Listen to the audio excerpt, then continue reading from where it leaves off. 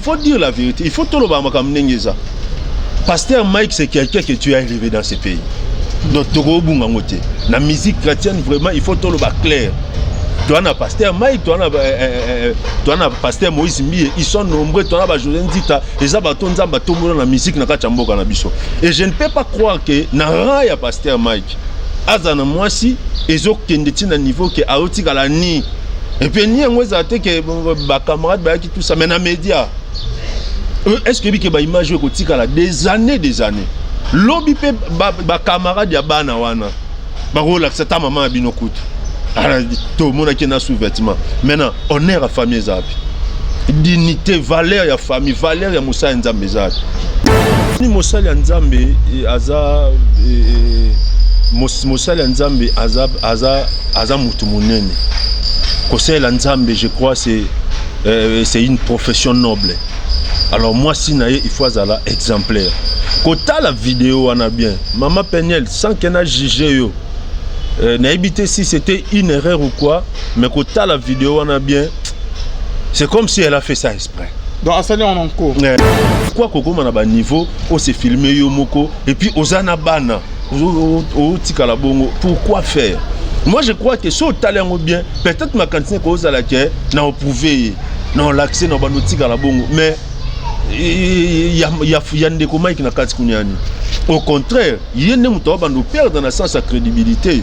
Et quand les gens vont commencer à regarder, oh, c'est que frère Mike Azari a raison. Moi aussi, Aboy. Moi aussi, Aboy. Atika la rani boy. Et qu'on s'en a mandé. Parce que nous ne pouvons pas tout ça va bantou. Puis ce culture n'a pas de nidité sacrée. Surtout moi si on va balayer déjà à comme le banyama et kila nous autres on est comme donc impossible mais tant que je commence à niveau ya boy aux hommes on a peine comme ça mané ko sakana comme ça soit qui on a azozwa et puis même temps à ça qui ont intentionnellement mais ils ont commis yo mo pe na légèreté parce que comment c'est fait que vidéo yo mo na ndako c'est filmé pouf au tiki yango pe. Donc c'est comme parce que au moins non il aura le bossé à ma bezani. Pourquoi qu'on s'est filmé dans la chambre d'intimité? Pour quelle raison?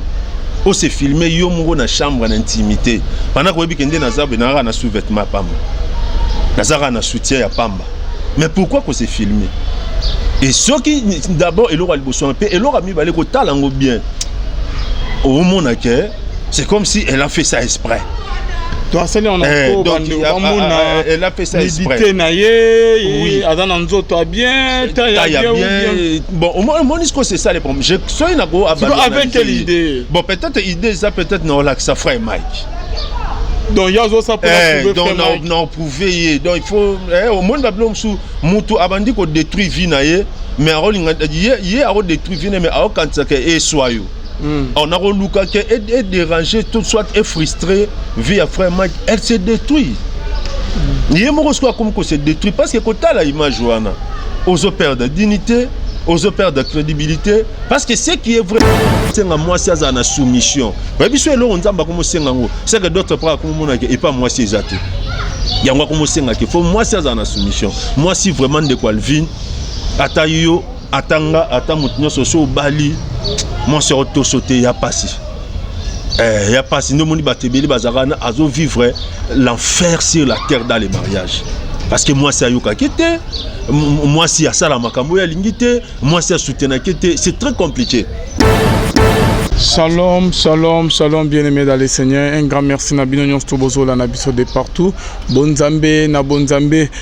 Lola ezofuta simana to ya koloba kenza maboto koye du soit bien-aimé dans le Seigneur. Merci na bande union to basutena vraiment musaloyo.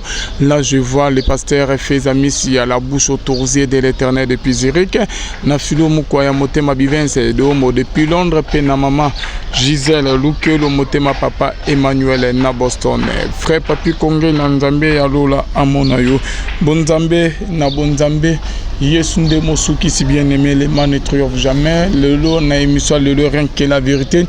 Tozalina de Komoro qui n'est pas présenté au Keboyebi est très bien aimé. Tromeko sala mon analyse et réaction ya ba pasteur zani concernant vidéo mon koto rutu komona oh vraiment tomoni l'ancien appel dans l'homme de Dieu au télécharger en vidéo moto tout le monde awa ya oyo ex ya Mike Kalamba oyo bengami autre femme maman pasteur Peignel bien-aimé dans le Seigneur et na vidéo moko tout le monde a publié sur la page la maman bien-aimée Mokili et Pessi Mike Kalamba toto ba remercier to ba Pessi Mike Kalamba bien-aimé dans le Seigneur raison bien-aimé na vidéo oyo que tomoni na bino bien-aimé ezanini au juste Peignel liboso caméra abana ko ça la vidéo na moi na bébé na chambre mais on n'a pas compris Peignel yemoko à la kisi nzoto na ye quoi donc à la kisi vraiment que azalaki on a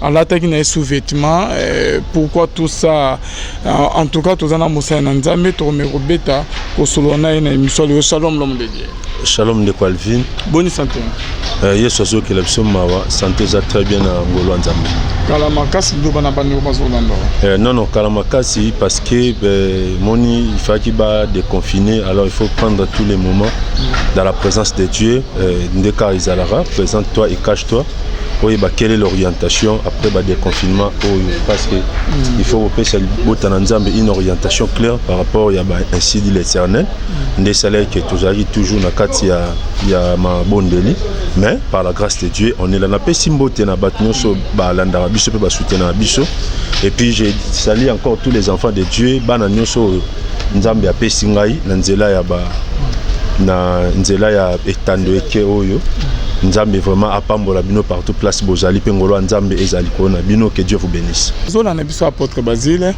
to la na vidéo moko moi ko to chango awezate ko sala bien te na ba parents na bandeko ba yaya bazola na biso mais to zola na vidéo ngano ensemble apôtre Basile oyaza Peignel hein moi si ex ya Mike Kalamba maman ya bana ya Mike Kalamba réaction na ko zandeni comment na ba vidéo ya boye prophète tant que vous serviteur ya Nzambe olobini bon merci beaucoup omoni eza ba conséquences ya mambo belé eza ba conséquences ya mambo belé entre autres ezali ba conséquences ya ko bala na sanke bat bayebana comment ça eza ba conséquences ya bala na avant na kota na réponse wana j'aimerais d'abord dire aux gens que médias basarana na ngote médias partout dans le monde médias ezara épée à double tranchant médias et tombola batu médias pe ekitsa batu alors so mutu azo sarana na médias tina ba niveau ya boye ya ko se permettre que nudité na e ba no mona na ya ko sala ya ko échanger mamba foyer mamba famille na et aux vies et aussi de tout le monde. Je crois que c'est très très dangereux. Même pas aujourd'hui, mais je crois à la longue et aux conséquences moko par rapport à ma Camerounose.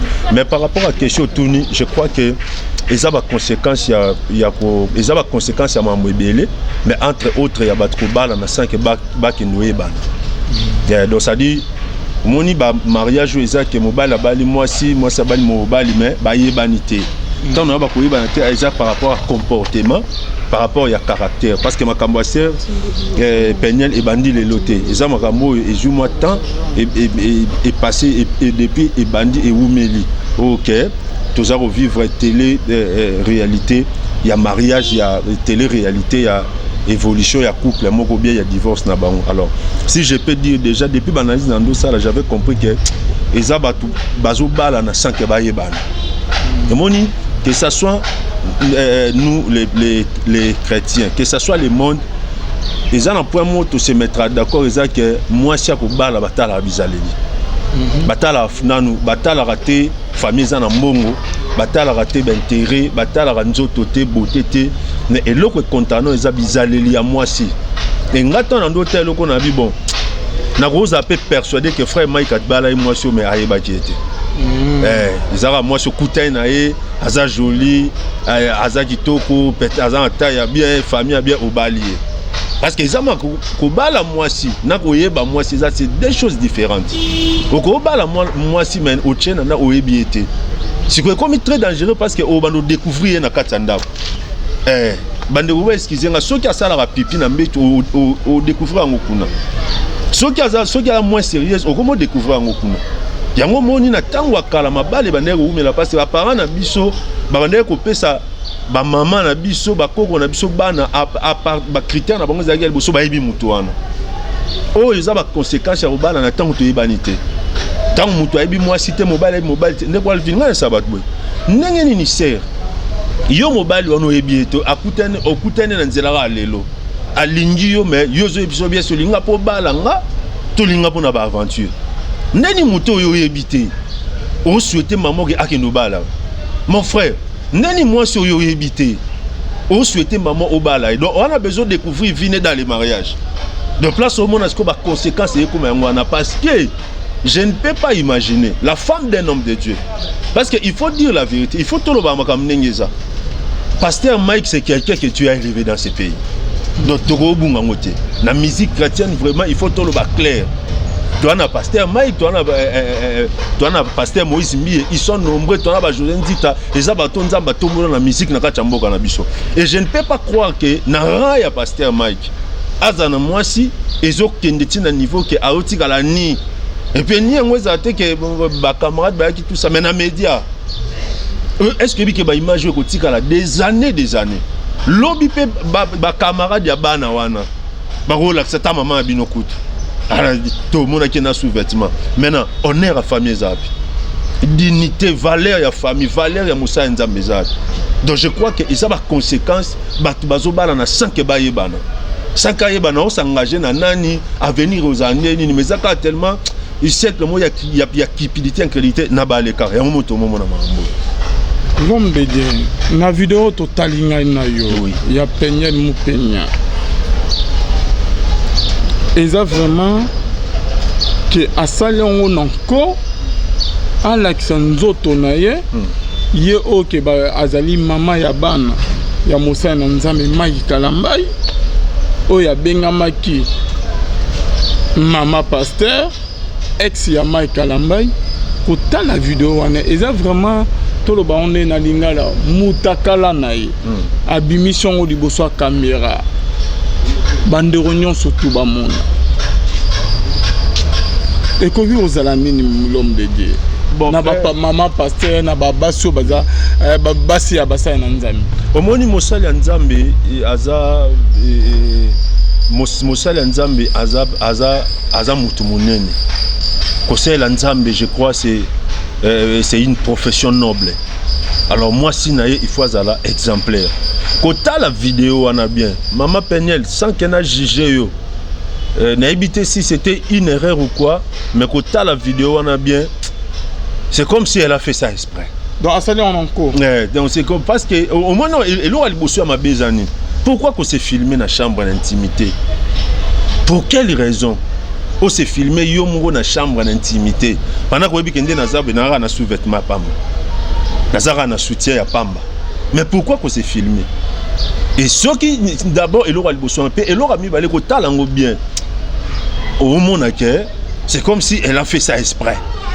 Donc elle a fait ça exprès. Oui. Bien. Bon, au moins c'est ça les problèmes. Je suis avec quelle idée? Bon, peut-être idée ça peut-être non là que ça ferait Mike. Donc il y a ça pour donc non prouver donc il faut au monde d'abord sous mutu abandi ko détruit vie naie mais a détruit vie mais a quand ça que et soyo on a reluka que est dérangé tout soit est frustré vie à frère Mike elle se détruit il mo ko comme que se détruit parce que quand la image wana aux opères de dignité aux opères de crédibilité parce que ce qui est vrai la vie continue. Bozaki na ndeko Mike mariage wana et simbité mutunam ta tiré drane na quoi nae munam ta tiré ba leçon la vie continue. Elle est encore trop jeune à retrouver mobile ne musu ba sali parcours à vie. Mais pourquoi koko na ba niveau on s'est filmé yo moko et puis ozana bana o tikala bongo pourquoi faire? Moi je crois que so talent bien peut-être ma cantine ko za la ke na prouver non l'accès na banotika la bongo mais il y a ndeko Mike na kati kunyani. Au contraire, il y a des gens qui perdre dans sa crédibilité. Et quand les gens vont commencer à regarder, oh, c'est que frère Mike Azali a raison. Moi si aboy. Donc moi si aboy. atikalaka ni boye ekosalama ndenge nini parce que ndeko Alvin toza ba bantu. C'est que les gens ne doivent pas oublier. Mindele bana culture na bango biso pe to na culture. Ba culture wana uta place musu te nza même taper ça ba mbok pays na pays continuer à payer ça ba culture. Biso culture na biso ya rapenda que nidité ça sacré. Surtout moi sur basi ba balier déjà à comme lokola baloba nyama ekila. Nzoto ne ko mona ngo donc impossible. Mais tant ozo koma na ba niveau ya boy. Ozo mona penda que comme ça mané ko sakana comme ça zo yango na azozwa et puis même temps à ça intentionnellement mais eza ko mise yo mo pe na légèreté parce que comment c'est fait que vidéo yo mo na ndako se filmer pouf au tiki yango pe et na c'est au tiki yango pe leki na ebité yemo mta leki c'est yango yemo mta tindi yango ba lexeli ya ba banda ko ça direct na Instagram je crois mon isiko. Là, c'est jouer avec soi-même. Mais l'homme ne cause peut-être que Drake a quitté. Non, et cause peut-être qu'il a téléminé. Non, moi, on a besoin de la chambre. A Ebika qui a filmé Mire. Mais on a besoin de misoyer mon coup. Non. On a évité. Mais quand tu image, on a très bien. Sauf que notre talent bien. Au moment où on s'est filmé, il y a un robot. Tu sais, comme un boy, tu sais, comme tout ça. Au moment où en français, on ne joue pas avec les faits. Au moins, tant que je suis en Abilo, je suis en Monango, les médias sont en Ati. Et quand je suis écroulé, je suis ma petite calibongo. Mais quand tu bien, la femme jouer avec elle-même, jouer avec sa vie, et puis elle joue avec la vie de ses enfants, et croyant peut-être qu'elle a l'accent. Mais quand tu as clair, mais ça fait honte. Ça fait honte à l'église du Seigneur, ça fait honte à l'homme de Dieu, ça fait honte aux enfants. Je crois même que ça fait honte aux parents. Mais est-ce que les parents, l'homme de Dieu, ils jouer pendant que moi, on a la vidéo. Azolo bazo répliquer peigne je crois bien kazana et moi na muke nana comme na ba 30 ans azaso na ba 23 24 ans est-ce que ba parents na bazo ko gérer moi na ko pesa moi na toli avant que les pires et la moi na bango l'homme de Dieu roni ya ba parents bazo jouer parce que comme on a que ti comme ti na niveau yo moi na obengami chrétienne ou ti na famille mo chrétienne ozaki moi si ya pasteur Mike la moi mo sa na nzambe ko matina babilo ko rôle ya ba paré ezaneni papa na biso réaction no koza rôle ya ba paré parce que il y a d'autres personnes peut-être ba retraité na le bibongoté peut-être ayanga wuti na famille ni bona bon ezala bien. Bon, je crois que les parents ont tout intérêt ya ko benga ndeko Penel et puis ya recadrer encore, mais il y a quelque chose qu'on dit chez nous babotara mwana. Nous devons accepter que des fois les parents ils arrivent aussi que parents azokoma dépasser ou bien na comportement ya mwana et que parents ko kapena sou ko saisir yé bien té mais nous quoi baba parents il faut basa ka effort n'habiter que bango baza dépasser il arrive des fois eux comme pour monde parents bango regretter mais notre fille qu'est-ce qui se passe mon fils qu'est-ce qui se passe on ne sait jamais. Peut-être si les parents balobi pe balembi. Yamoni ba parents nyonso oyo baza aviser batika bana na prière. Nzambe mwana na boti na yebi mutema nete yondo yebi yango. Yondo sali mutema ne sungai azwa nzela malamu. Parce que c'est un peine la première il y a divorcé. Aza la première que mariage moi salami et simbité. Tu yebi ba star rebelle, tu yebi ba notoriété belé, tu es dit grande personnalité, ça va mariage et puis on a tourné la page. Pourquoi page il y a mariage ou un et aussi la tête. Alors bah parents a tout intérêt. Il y a bien un quoi moi si il y a 20 c'est que notre fille mariage des alaki il y en a des quoi bisona famille mais pour le moment et c'est Sili.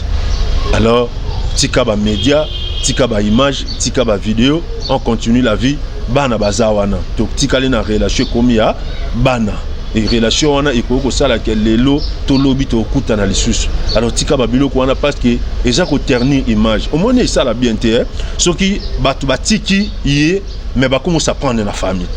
Mais est-ce que papa n'a pas mona biloko côté est-ce que maman zo mona biloko côté est-ce que ba yaya azan ba yaya té azan ba le kité au moni dignité à famille est commis mise en cause et ils la paient bien. Je crois que avec beaucoup de respect, famille bazan a tout intérêt à interpeller encore Ndeko Vantsaye Kotal c'est que voilà aux intérêts nous tika makamwana je crois et ils pas mboli makasi. Nande makamozo kendere l'homme de Dieu. Oui. C'est comme si Peigné la dana bolingo makasi. Oui. Papa Maïka Lambai azo kokana ko supporter absence ya Maïka Lambai était même effet azo sala papa ils ont commis ça tout ce kamongo makasi. Azo boule azo linga ke ayo kisa Maïka Lambai moté ma passe. OK ce ko mokili bazo comprendre que ah te entre mobile na mwasi ndaza ki mabe mobile azana na problème te mwasi azana na bizana mabe na ba vidéo tozo mona boyi l'homme de Dieu bazo condamner na bango mwasi bazo condamner mobile te parce que bizale les autres il m'a déjà en poisson. Oui au cause à peine raison na au cause en raison na sens de moni amour et pas moi c'est manifestant na bandenge belé na ba sens belé matata msu ya mwasi ba réaction msu ya mwasi boko mona ngo benzo kande problème à moi na mwasi na kacha moté mazo senga nde mobali na ye ana besoin mobali azongela ye ana besoin mobali wanza ye yango mona ba manifestation ana yango ko mona ba biloko wana lelo vidéo oyo lelo ba njir lelo ba critique lelo kuna mais so bolandi bien bo mona ke eloko zo tumsa wana et que vous allez bolingo na kacha motema mais qu'à cela ne tienne c'est raison à tout intérêt ya ko cha ya ndenge bakina ba lobaka bo me ko passer les mots ya ko cha vraiment na se ya ko kitisa Ndeko Maïka aza papa ya bana aza responsable aza cadre monene na kati ya nzambe o azo sela nzambe na ye. Alors il faudrait aussi tenir compte à makamwana et que azana tout intérêt na rang oyo nzambe apesi ndeko azana ba maîtrise belé azana ba maîtrise belé azana ba retenir belé parce que vie ezamulai on ne sait jamais tant soupe ba kokon songana parce que la Bible dit rien n'est impossible à Dieu et tout est possible à celui qui croit. Mon frère ma sœur je crois que makambo faut esunga biso et cause à te que so kabwani na mutu faut obanduluka onurie et cause à te que so kabwana mutu il faut banduluka ke au mona vie na ekomi détruite et cause à te que so kabwana mutu komi na besoin obandolo ba biso ba benga oke mutu ana kufi mutu ana sale accident mutu ana vie nebebi non ko kabwana ça fait partie de la vie ko se séparer ça fait partie de la vie. Abraham a dit qui l'autre on est frères. On ne peut pas se disputer. Si tu vas à gauche, je vais à droite. Tu vas à droite, je vais à gauche. Et non pas à Robanda Kouloukasko konnuire mutu. Alors, nena bande ko loba comment babilo mususu po bolingo et pas moi c'est manifestant na bandenge belé. Moi si tam so ko mona zo finga ko mona zo critiquer ko mona zo yina nzoka nde eloko ezo sana katne c'est l'amour. Mais même si eza na sens wana, il faudrait que sert à se maîtriser moi muké par rapport à Makambouana parce que ils ont trop grave. Il y a un moment où Alvin dans la Bible, tu as apporté le quoi à Paul, mais Azo peut que ça va te mariage. Abi, ceux qui va te souba au CP là, va vendre le quoi. Parce que mariage ça va jeter. Ceux qui apporte le quoi à Paul, Azo peut que ça va te mariage. Abi soba te souba au coca va faire le quoi mais chacun de nous a reçu de Dieu un don particulier. Oh, a Monica au cocaté à se marier. Parce que libalo mona libale ko me mape mutuli felo. Libalo mona libale ko détruire vie à mutu. Et ça ba te belé bien aimé, lelo ba koma na ba vie mo ya désordre, o asala libanda te makoma osala ngona mariage à cause o akuta. À cause ba réalité o akomo kuta na vie et ko sala ke vie na ye o asala te quand il était célibataire comme ça dans les mariages. Yango ce qu'on moni Paul azul sabat même a conseillé somme to akukata vanda. Pourquoi? Pour un monde à part. Si ko ta la place to comme ko atterrir lelo. To pe ça nani raison. To pe ça mokili raison. To pe ça ndeko mai qui raison. To lo ba ke ser azana tort. Donc ezaba biloko wana so mais ser peine na zana tout intérêt. Atika biloko ça fait honte à l'église. Ça fait honte même aux mariés. Atika babiloko parce que ça ne sert à rien. Na vie bako zonga na pe. Et ça peut être trop tard. Frère Mike, il a encore de l'âge. Sœur Peniel, elle a encore de l'âge. Je crois que rien n'est impossible à Dieu, tout est possible à celui qui croit et que na bonzambe, ya bonzambe et l'autre ko sala makab. Mais même pas so ipe et salamité. Mais ça raison te ya ko se laisser na média na babilo kwa boyesa pe na propre communauté. Merci beaucoup l'homme de Dieu. Na bando bazolanda biso toza chaîne mot chrétienne toko cha vidéo on te fait bolimbo ta la vidéo on boké na la page la maman beaucoup mon vidéo ya penye ndenge zo solona mwana na mbetu mbala moko pas à se filmer azali mutakala bien-aimé dans le Seigneur beaucoup mon ke sous-vêtement ya pas na chambre mi pende na ye makolo na ye nzoto na ye alakisi yango liboso ya caméra bien-aimé dans le Seigneur boké kuna beaucoup ta la vidéo parce que tous on a ba téléphone total on a Moussa Nzambe ezali vraiment pas makasi attaque bokabwani vraiment nande et surtout mobali OK azala mobali na yo azala que simple ka boete que non commerçant mobo non azala qui aza homme de Dieu un pasteur un chantre de l'Éternel oyaye Nzambe obobo tapenaye ozana bana mibale ko sala babilo aboye ezo honorer yete ezo honorer yote pe famille te ezo sala vraiment soni makasi bien-aimé dans le Seigneur toza wana te pona ko condamner un tel bon rien tozo saka analyse pe ko pesa conseil na bino nyonso bozola na biso papa apôtre Basile bandero bazola na biso et dans na bandero musu ba réagir basi ya poto bazala raboye.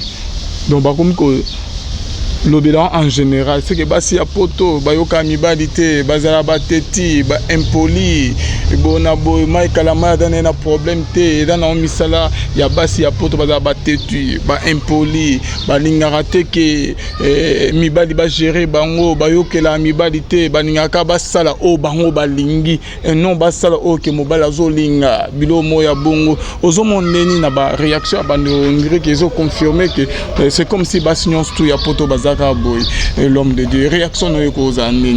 Bon, je crois que c'est important que nous sommes des Bantous. Il faudrait que les gens comprennent que moi c'est la mobilité. Mobile moi aussi. Dans la Bible, Marie aimez vos femmes et femmes soyez soumises. La loi wana ce qui est changé, c'est que Moukilipe c'est nini et baby. Alors, au moni, Européens, les Occidentaux, Batouana pe bazana culture na bango. Bisona bango to culture ndé moté. Bango culture na bango izalara, sona kolo ba oche to oche. Donc na kacha foyer za yo un pe un. Donc mobile les gens les ya ko sel ko la moi cité, moi cipé donc basalo ba vivre le roi en égalité mo boy. Alors et pas biso batu mwindu ezala bongo te. Et pas na biso batu mwindu eza que moi si aza être mon rosso ninité mais il faut ailler kolande ko respecter mobali ozomona eza biloko o ba maman na biso basi na biso na Afrique ba ko sala te. Pourquoi? Parce que eza éducation na biso banda banda na sebongo. Alors il faudrait que ba sœur na biso eza aux États-Unis eza aux Europe eza aux wapi oeba obosa na te culture na biso izarandeni biso to traiter mibali neni parce que moni biloko wana soki to maîtriser bien te to za na ba problème au sérieux. Or to ko même appel culture na biso pe musika ekepe musika makazi montant batu exemple soki européen ba couple européen moko ba kutena ba couple moko africain batali moi si européen koto moi ça zo gangela ye azo lobele tout ça mais a moni pe couple moko africain mobile o loba moi ça vend kimia. Moi, quand on mais qu'est-ce qui se passe? Ton mari parlait, mais toi tu restais comme ça, bouche bée. Mais c'est quoi le problème? Je crois que c'est non et pas la biso. Sur mobile là au loba, moi c'est à loba raté. J'ai un moment ma Bible lobby. Moi si il faut, moi si Azana modèle, moi si il faut à la Sarah, moi si Abraham, Abanero benga même père Abraham, Abano benga mon Seigneur.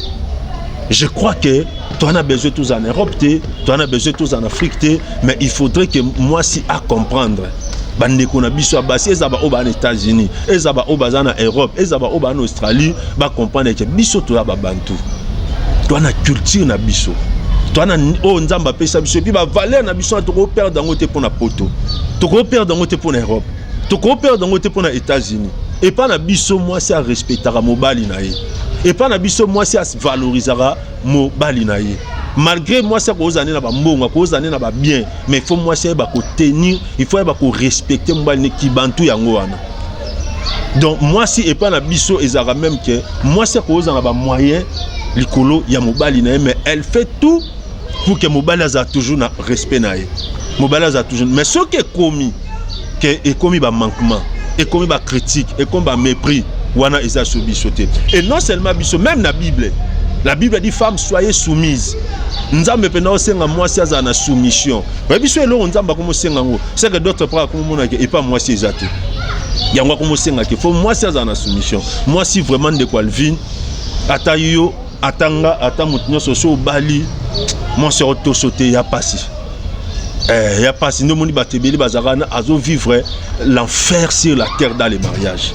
Parce que moi c'est ayoka kete, moi si ya sala makambo ya lingite, moi si ya soutena kete, c'est très compliqué. Yango no moni la Bible dit ceci, celui qui trouve une femme trouve le bonheur parce que ba mingite. Alors, il faut sunga bande ko na biso basi que Bible zolo ba moi si za na komi kita. Culture na biso ezara ke liboso mobali moi si mi kitaka. Ezate po za yuma, ezate po za faible. Ezate po aza na tina te non. Eza bongo te, mais eza nzamende asali ke ezala bongo, c'est depuis le temps de la Bible. Voilà. Merci beaucoup apôtre Basile. Tout comme na suka ya émission na biso, na tikeli au pesama message mo pendant 10 minutes. Merci beaucoup.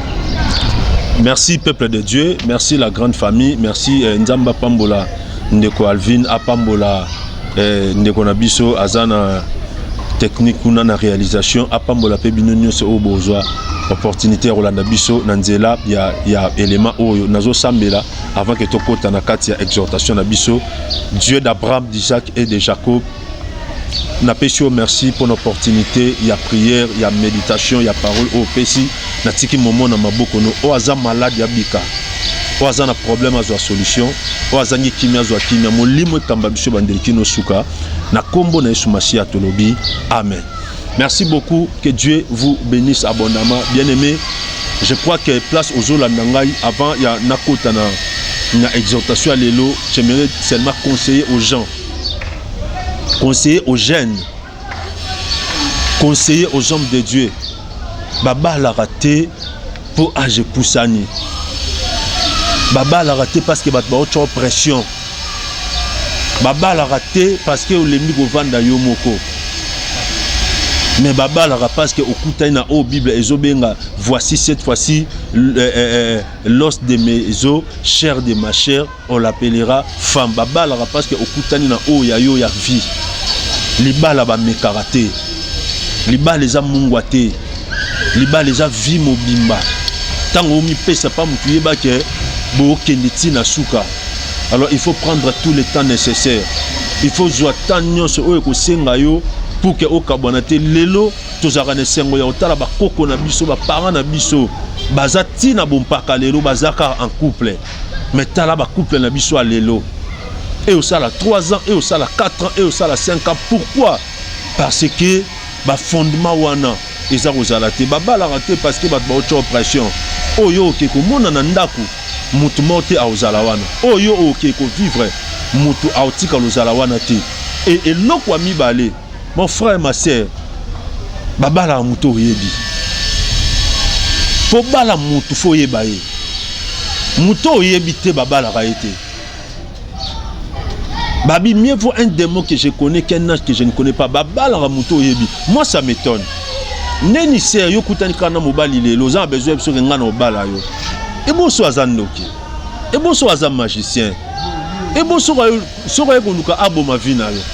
Yango moni ba biloko wana sala ke okoti ba prière mais mozo révélation exacte pourquoi parce que yo so tche sentiment na yo ke mutu na bala yo li bale utaka pa nzambe nzambe mutapesa yango yango moni bana basi ebele baza mibali balaka mariage ata ba 10 ata ba 15 bala te poser lo uta pa mutu te eza bato basala ba sacrifice basala ba fort azwa ngote non tu n'as pas besoin et loko za nango besoin za muto ko bana na il faut eba ma sœur, oh non, là, si on a coupé un mouton, on a sur l'ingénieur, on a vendu, tout l'ingénieur a sérieux, tout ça, non.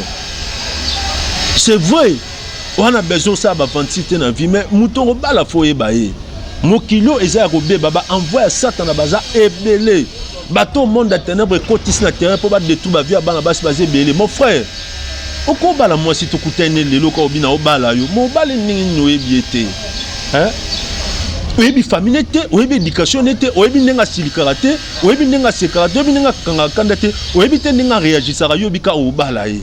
Ozomona bereto ke sala ngwa. Moi okomi mamo bale ndeni yo oyebi ka lelo. Eza ba aventure. Ngaso mwana mo église ya ko sans papa na kutana garçon mo lelo ya singa azan beso bala. Eza ba aventure. Mais obale neni oyebi ete. Muto obala fo yeba ye. Aza nani azaka ndenge nini avanda ndeni il réagit comment? Non mona ke bo planifier nzela bien po yebi muto ke ba yango mona kacha Bible. Abraham a fait girer Éléazar. Abi mwana nga ozwele mwasi a te place naza. Ozongo ke zwele mwasi na mboka na uta. Pourquoi? Parce que ayebaki bato mboka wana. Ba problème e bomale lopo yozo zo engagement na muto oyebité. Osala besoin de découvrir dans les mariages. Non, mon conséquence dans nos années, bah divorce au nyosu ezalelo. Mon frère, ma sœur, il faut faire très attention. N'enga n'a pas ça moi petite exhortation, n'a pas ça moi pension par rapport à biso. Alors, bah autre déconfiné. Bah autre déconfiné.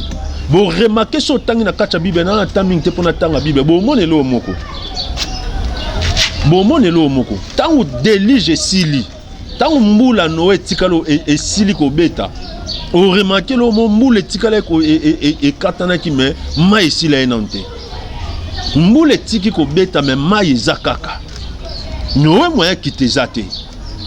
Noé na ba nyama moyen ba kitezate parce que c'est vrai mboule katani mais mai zakaka. Moyen ba kitezate. Yango comment est-ce ko senga ke Noé il faut siko a coopérer atinda Colombe. Colombe qui est vérifié, Colombe qui est à la soki mai ekiti déjà. Et Colombe wana yendaza image à Saint-Esprit. Yendaza image à Molimo Saint. Mon frère ma sœur, na délige to auto passer lango ba te belé ba kufi. Tam supende na oloba be okufe le pe mamba mo ya famille na. Tam sunde na oloba be okufe le pe nekomoko mais nzamba sali au grâce. Nzamba sali au penda faveur ke okufité. Nzamba sali au faveur vivant. Nzamba sali au faveur que oza vivante. Nzamba sali faveur que banana yo muta simba mi azate. Mais il faut que marambo silité parce que le monde bazolo bango très bien que malade sili na tete ozala habitué to vivre nango. Alors esenga bisoni lo kwa bana nzambe ezalo kwa mbula ya Noé. Mbule katani me mai ezakaka. Ba déconfiner biso me malade ezakaka. Ba déconfiner biso mais malade wana pandémie ezakaka. Ba déconfiner biso mais virus et tambola kaka. Ezo senga nini? Esenga biso ba o nzambe tozala orienté na Saint-Esprit. Mon frère ma sœur na ebisa biso chaque fois réalité spirituelle ezalaka. Monde de ténèbres ezako exister. Exactement parce que pandémie est si, exactement parce que va déconfiner. Nous vendons le bon et si non. Mon frère, il faut le délivrance à vie na yo. Il faut le délivrance à situation ana. Il faut le délivrance à maladie ana. Il faut le délivrance à makamo okutana na kacha vie. Mbula etiki kobeta, mais mai ezaleka na kacha mokili. Mai wana ezanini. Mai wana ezaka ba problème o ozana ba déconfiner. Mais remarquons mon problème o ba confiner ki onango. Ba déconfiner zaka. Situation o ba confiner ki onango. Ba déconfiner zaka. Et lo banini. Et lo baké. Et y a tant mokote et si sa réalité spirituelle na vie à mutu. Et y a un moment mokote si sa réalité spirituelle na vie à mutu.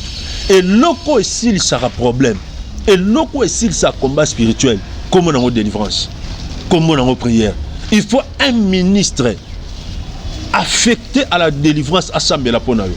Il faut un ministre affecté na mangamba spiritualité nzambe assemblée la ponayo pour que nzambe akango la vie na yo. C'est bon côté. Nous devons vivre et persister. Au moins la même situation, même problème, même condition et que Kabongo Ponanine.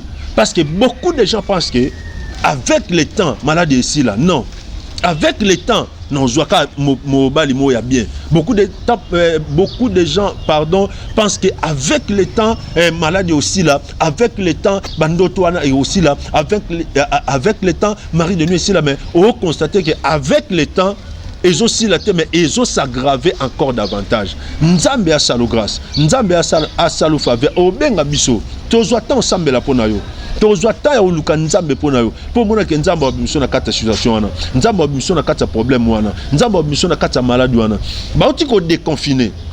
Lokola mbula no mbule tiki obeta. Mais mai ezaki kaka. Mai ezaki kaka. Mai a no zongo le roi problème no. No zongo le roi difficulté no.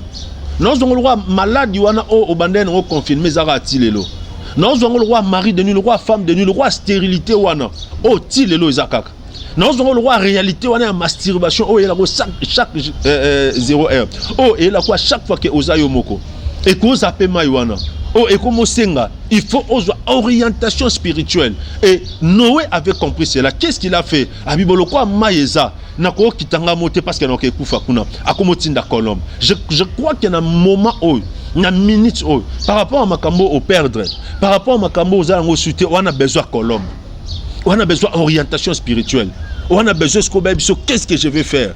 On a besoin d'orienter. On a besoin de faire pour le mariage, pour la situation, pour le voyage, pour le bando, pour le lota, on a ezongaka, au lota kati au bungi, au lota ka mutayi biomong. Je crois que c'est le moment. C'est le moment Colombe Siko abando orienté vina. C'est le moment Colombe Siko abando tambola. Problème est aboué. Ah faut ça la c'est ce qu'on appelle l'orientation spirituelle. Ainsi dit l'Éternel. Et nangolo anzambe benga biso tozwa tant orienté. Tozwa tant ko ebisoni na osala. O eza média tant eza mingité. Mais tant mbule katanaki Maïsi l'a quitté. Moïse a commencé à travailler avec la colombe. Je crois qu'à un moment où aux appels a besoin de colombe na vie pour le mariage. Aux appels a besoin de colombe na vie pour la santé na yo. Aux appels a besoin de colombe na vie pour la bana. Aux appels a besoin de colombe na vie pour la situation aux autres traversées.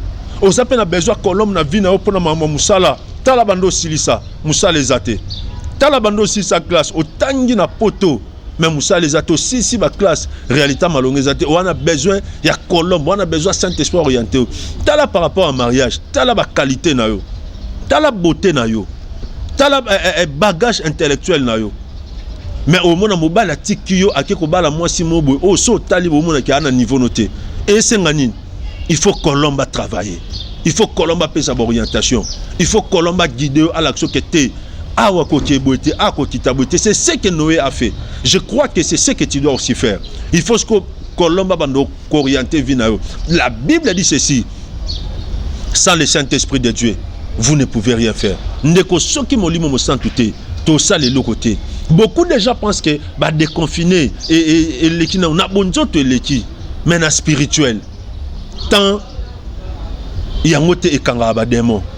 Tant yangote et l'ongola malade, to et l'ongola situation spirituelle na katia via mutu. Et loko e kangolaka. La Bible dit au nom de Jésus nous chasserons les démons. Nous imposerons les mains aux malades et les malades seront guéris. Le Fils de l'homme est apparu pour détruire les œuvres du diable. Et loko e kangola mutu. Esaïe Soumassia, mon frère, ma sœur, partout place aux Hollandais, que ça soit ici en RDC, que ça soit en Afrique, que ça soit aux États-Unis, que ça soit en Europe, que ça soit en Australie, on a besoin de Colombe, on a besoin de Saint-Esprit, on a guidé Moïse pour acquitter la arche, il peut guider Vinayo, il peut guider via couple nayo, il peut guider on va troubles au côté na couple wana, on beaucoup maîtriser té, on beaucoup vendre ça té, on a besoin de Colombe. Colombe wana il y a orientation. Colombe wana o azaralwa guide à l'accent Colombe wana o atal sa muté loko il faut ça la wana besoin na de manière à ce que à Salabino vraiment grâce à Salabino ngolo. Wana besoin Colombe wana. Colombe a orienté. Colombe a opé sa signal. Colombe a vendu sa makam nabino ndenge à Salaki et pas Noé. Moïse avait compris une chose. Moïse avait compris que moulande sili. Mais Maïzali, mon frère, ma soeur, Moulande Katanaki, mais Maïzalaki, moi, m'a souhaité les maisons, t'as la vie bien. Oh, remarquez l'euro moko, que vie est qu'on vend des sicamotés. Vie, ils ont bougé kara. Le roi Ampela Noah, ils ont bougé kara. Na mariage, na libala, au qu'on vend daté. Na affaire, au qu'on vend daté. Même na relation, au qu'on vend daté. Même na vie sentimentale, au qu'on vend daté. Au moment que vie, ils ont bougé kara, ils ont ningana. Et ningana pourquoi? Parce que il faut Colombe ait une orientation. Il faut Colombe ait beaucoup qui tendent siko. Et Colombe, c'est le Saint-Esprit. Que Dieu soit loué. Tu as besoin de l'Esprit de Dieu. Tu as besoin du Saint-Esprit pour obimana ta vie. pour obima na kati situation, pour obima na kati condition, pour obima na kati maladie wana. La Bible dit ceci, ce n'est ni par la puissance, ce n'est ni par la force, mais c'est par mon esprit, dit l'Éternel des armées. Que Dieu soit loué. Naïb ça sert moi zolandanga. Nous ça frère moi holandanga. Mon frère, au luki batu mingi, au taleli batu mingi, au beti ba porte mingi. Mais vie eko vanda kasika monte. Au soigner na mibali na ndenge nyonso. Au sale fort moi ça sala rapport mobala tiena ndako. Mais au monaka au finish mobala tiku azu moi si mosusu. Au monaka au finish yom tu agina expertise na musala. Ba tiku bazu mutusu. Alors et comme temps Colomba orienté vinayo. Orienté santé no yango benga biso na plus 243 89 69 16 721 plus 243 89 69 16 721. Tous attend prier pour nous. Tous attend y paix son orientation. Et bien l'eau zo zanga batebele eza orientation divine. Et l'eau zo zanga batebele eza direction divine, direction spirituelle. Et l'eau zo zanga batebele eza ngwana. Bible zo lobela biso sur Naman. Naman abane robé la lèpre. Azaki mutmo élevé. Azaki mutmo azaki na rang, azaki mokonza azaki na nyonso mais nzoto yaki na lèpre. Bien aimé, ezala makambo mokili pesa ate. Ezala makambo mokili ekopesa mutute. Mokili ekopesa libala, mais bana nzambe ne mutapesaka. Mokili ekopesa beauté, mais libala nzambe ne mutapesaka. Mokili ekopesa santé, mais appétit olia nzambe ne mutapesaka. Mokili ekopesa bilamba, mais nzoto olatela ngofo nzambe ndapia. Naman tanga kutana prophète abi bwebise amibwaka cette fois. Bien aimé, Colombe de Yohana, l'orientation divine. On a besoin d'orientation. On a besoin que mon frère, ma soeur, place de commis, il faut côté la bouille. Place de commis, il faut léquer la bouille. Place de commis, il faut salver. Peu au monde qui nous a. Je crois que par cette exhortation, je crois que na exhortation, nous avons un problème. Nzamba sungom to senti que makambo esimbate. Nzamba sungom to senti que makambo na osala et tellement bien te même makambo to lo ba pona mariage. Mon frère wana besoin basambela pona mariage wana. Koza voiler kate na bala kaka. Oyebi mutu wana te. Il faut nzamba pesa orientation. Na bi mama moko na bando kete yaye. Na okete yaye. Azo sanga bi papa mbana ngalinga mama ya ba prière te alinga ba mamba osambela te.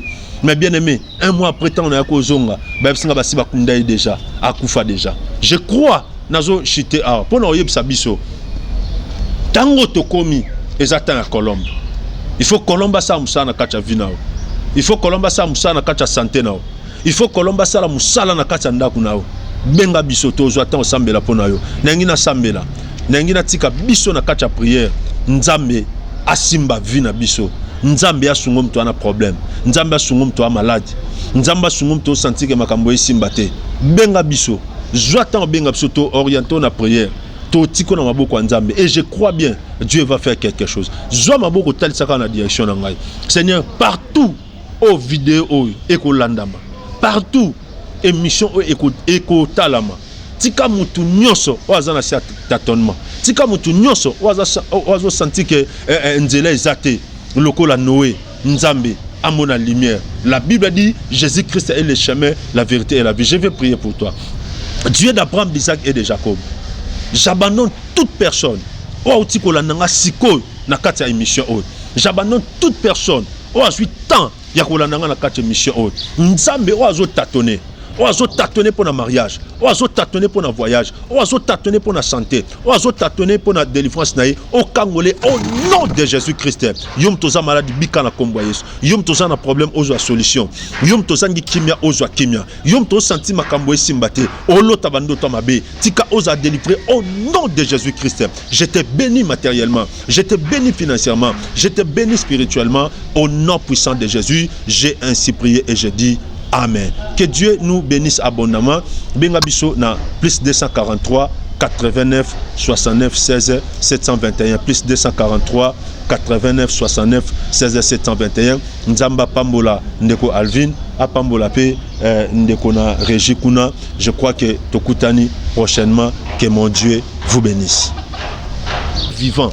Nzamba sali faveur que osa vivante. Nzamba sali faveur que banana yo muta simba mi azate. Mais il faut que makambo silité parce que le monde bazolo bango très bien que malade sili non te ozala habitué to vivre nango.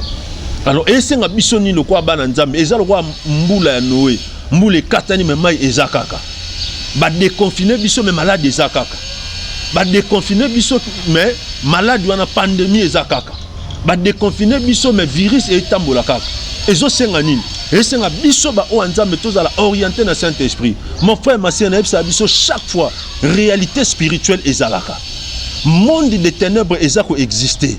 Exactement parce que pandémie est si, exactement parce que va déconfiner. Nous vendons le bon et si non.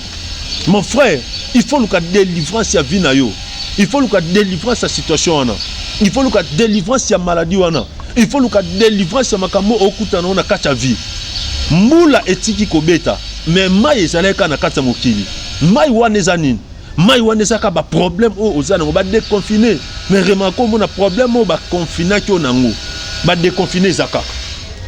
Situation où ba confiner ki onango ba déconfiner zaka et lo banini et lo baké et ana tam mokote et si sa réalité spirituelle na vie à mutu et ana moment mokote si sa réalité spirituelle na vie à mutu et loko et si ça a problème et loko et si ça combat spirituel comme on a délivrance comme on a prière.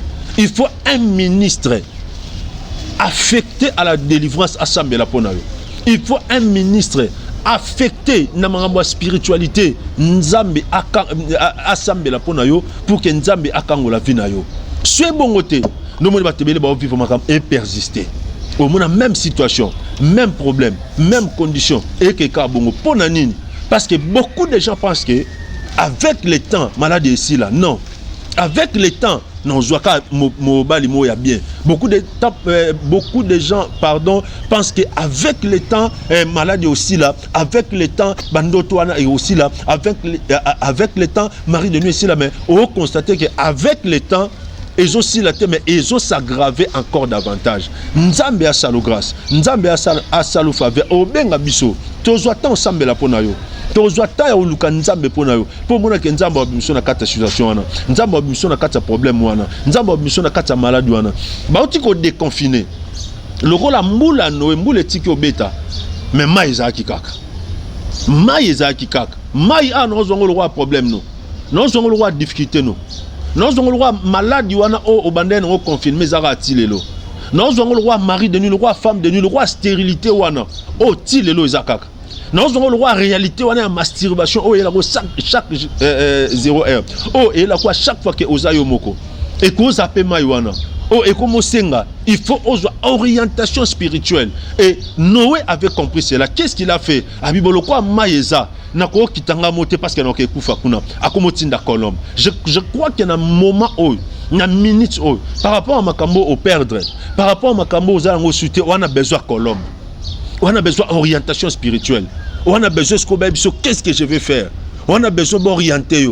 On a besoin de la pour na mariage, pour la situation, pour le voyage, pour la bande de olota wana ezongaka olota akati obungi, olota aka mutayibi omong, olota okenda placement obunga na nzelo bandenga ozongate. Je crois que c'est le moment. On mikoti sa siko na kati après, c'est le moment Colombe siko abando orienté vina. C'est le moment Colombe siko abando tambola.